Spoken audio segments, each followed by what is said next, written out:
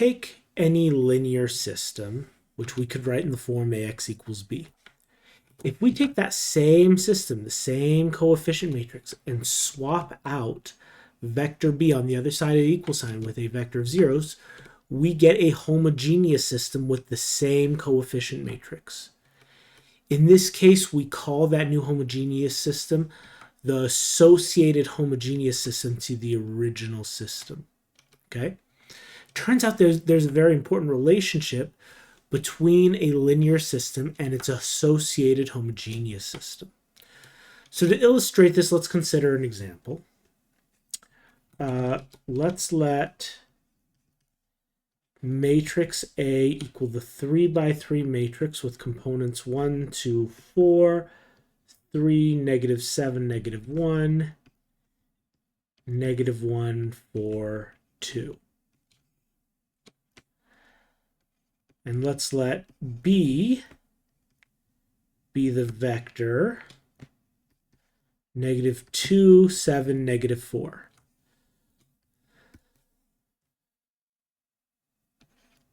Let's solve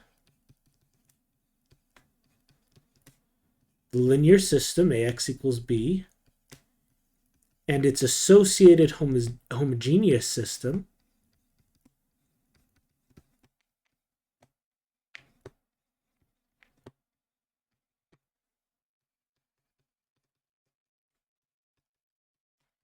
ax equals 0.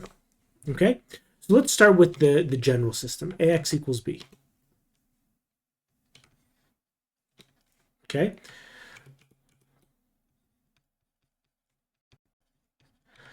so to solve a system like this, we know we want to put the coefficient matrix in an augmented matrix. So we have 1, 2, 4, 3, negative 7, negative 1, negative 1, 4, 2. And in the augmented part, we put vector b, which is negative 2, 7, negative 4.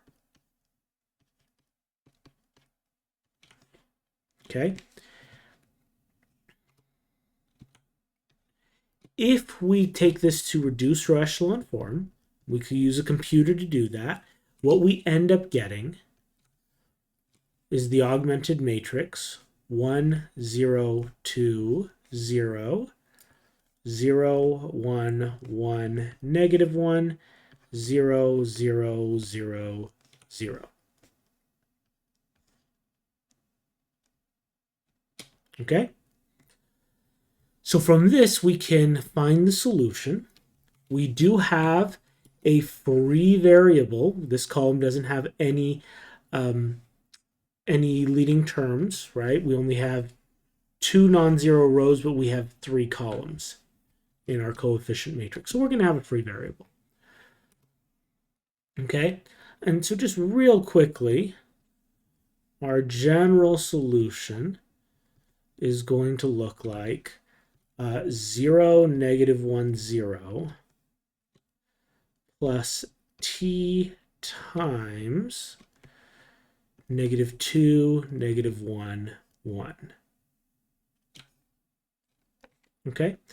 And that's just solving this, this system. This is the general solution to the system. Okay? Now I want to compare that to the solution for the associated homogeneous system.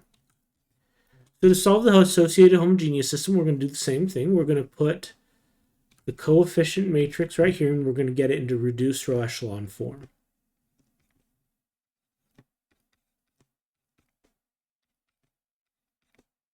Okay. Now, the vector on the other side of the equation is a vector of all zeros. So we could put an augmented part, put all zeros over here. There's nothing wrong with that. Okay. But we've seen that when we do elementary row operations on a matrix like this, where the augmented part is all zeros, that augmented part stays all zeros. So we've talked about how when that last augmented column is all zeros, we usually just leave it off. We just know it's there and that it'll just stay all zeros. Okay? So if we get this into reduced row echelon form, first off, notice that since the coefficient matrices of both of these are the same, the elementary row operations we will get to get this part into reduced row echelon form are going to be the same. And we're going to get the same reduced row echelon form. So I will get 1, 0, 2, 0, 1, 1, 0, 0, 0. And you can confirm that if you want by using a computer or by working it out by hand. Notice the coefficient matrix here is the same as the coefficient matrix here. It's exactly the same. And what that means is that we're going to have very similar solutions here. There's going to be a relationship here. Okay? The augmented part, if you kind of want to add it back in, the augmented part is still 0, 0, 0. Most of the time we'll just remember, oh yeah, 0, 0, 0. Okay? But if you want to physically write it in, you can. And so if you get your solution, it's just and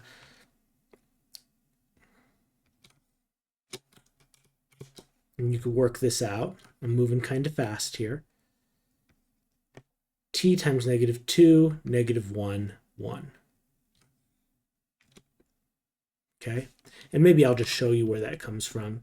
I have 1x plus 0y plus 2z, but z is my free variable, so 2t equals 0. If I subtract the 2t over, x equals -2t, -2t. Similarly for y, I get 1y plus 1z. Z is my free variable though, so I will replace it with t. If I solve for y, I get y equals -t. So my second component is -t. And my last variable is z. Z is my free variable, so z is t. So z is 1t. Okay? Notice that this part of both the solutions is the same. If I have the same coefficient matrix, this part of the solution is the same. Okay? The change is right here. Okay? By the way, remember what kinds of equations these are. Both of these are the equations of lines. They both have the same direction vector. The difference is that this line will go through the origin, whereas this line goes through this point here. Okay? So what that b on the other side does, what a non-zero b over here does, is it changes this position of the solution. It still is kind of like a parallel solution, right? They move in the same direction, but it has a different position.